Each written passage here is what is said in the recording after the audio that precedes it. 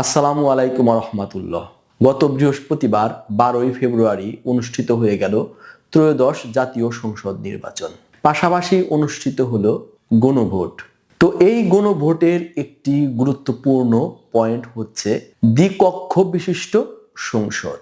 দ্বিকক্ষ বিশিষ্ট সংসদ নিয়ে জনমনে অনেক আগ্রহ, অনেক প্রশ্ন বিরাজ করছে। এটি কেমন, এটি ভালো না মন্দ, এটি কিভাবে হয়, এই ধরনের নানা প্রশ্ন এবং জিজ্ঞাসা জনমনে উকি দিচ্ছে। আমাদের বিগত সংসদ অর্থাৎ 1 থেকে 12তম সংসদগুলো ছিল এক কক্ষ বিশিষ্ট। সেগুলোতে 300 জন এমপি ছিলেন বা সংসদ সদস্য ছিলেন। এই ত্রয়োদশ সংসদ হতে পারে দ্বিকক্ষ বিশিষ্ট সংসদ, কারণ গণভোট হ্যাঁ জয়যুক্ত হয়েছে। দ্বিকক্ষ বিশিষ্ট সংসদে 2টি কক্ষ থাকে, নিম্ন কক্ষ এবং উচ্চ কক্ষ।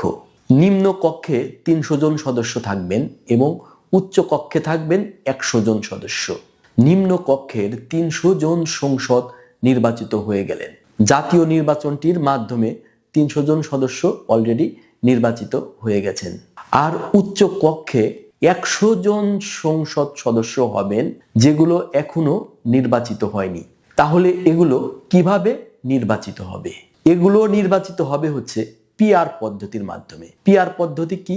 পিআর এর পুনরূপ হচ্ছে প্রপোর্শনাল রিপ্রেজেন্টেশন, অর্থাৎ আনুপাতিক প্রতিনিধিত্ব। এই যে আমাদের জাতীয় নির্বাচনটা হয়ে গেল, সেখানে যতগুলো ভোট কাস্ট হলো, সবগুলো ভোটকে একত্রে যদি আমরা 100% বিবেচনা করি, তাহলে যদি সেখানে 3টি দল থাকে, আমি বিএনপি, জামাত কিংবা এনসিপি এগুলোর নাম নিলাম না, আমি বলবো এ বি সি, সেখানে যদি 3টি দল এবং অন্যান্য দল থাকে, তাহলে এ পার্টি যদি পায় 60% ভোট, বি পার্টি যদি পায় 30% ভোট এবং সি পার্টি পায় যদি 5% ভোট, তাহলে হলো 95%, এবং অন্যান্য পার্টি বা দল পেল আরো 5% ভোট। এই যে মোট 100% ভোট হলো, এই 100% ভোটের ভিতর থেকেই আমাদের 100 জন সংসদ সদস্য নির্বাচিত হবেন, অর্থাৎ প্রতি 1% জন্য একজন সদস্য নির্বাচিত হবেন। তাহলে এ পার্টি যদি পায় 60% ভোট, তারা 60 জন সংসদ সদস্য মনোনীত করবেন। বি পার্টি যদি পায় 30% ভোট, তাহলে তারা 30 জন সদস্য মনোনীত করবেন, এবং সি পার্টি যদি পায় 5% ভোট, তারা 5 জন সদস্য মনোনীত করবেন।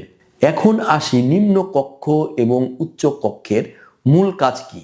নিম্ন কক্ষের মূল কাজ হলো এরা সরকার গঠন করবে, বাজেট ও বিল পাস করবে, আইন প্রণয়ন করবে এবং জনগণের কাছে জবাবদিহি করবে। আর উচ্চ কক্ষের মূল কাজ কি হবে?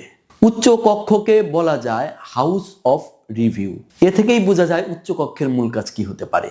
হাউস অফ রিভিউ অর্থাৎ এই কক্ষের মূল কাজ হবে রিভিউ করা। কি রিভিউ করা হবে? নিম্ন কক্ষের গৃহীত বিল এবং আইন উচ্চ কক্ষে আলোচনা পর্যালোচনার মাধ্যমে সংশোধন করতে পারবে বা রিভিউ করতে পারবে, পুনর্বিবেচনা করতে পারবে।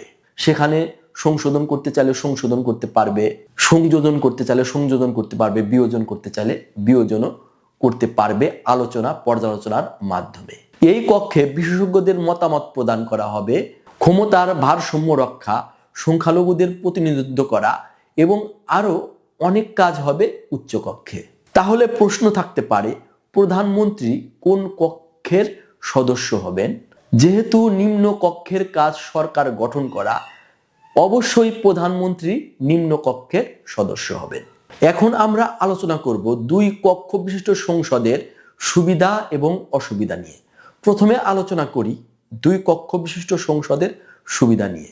নিম্ন কক্ষের একটি গুরুত্বপূর্ণ কাজ হচ্ছে আইন বা বিল পাস করা।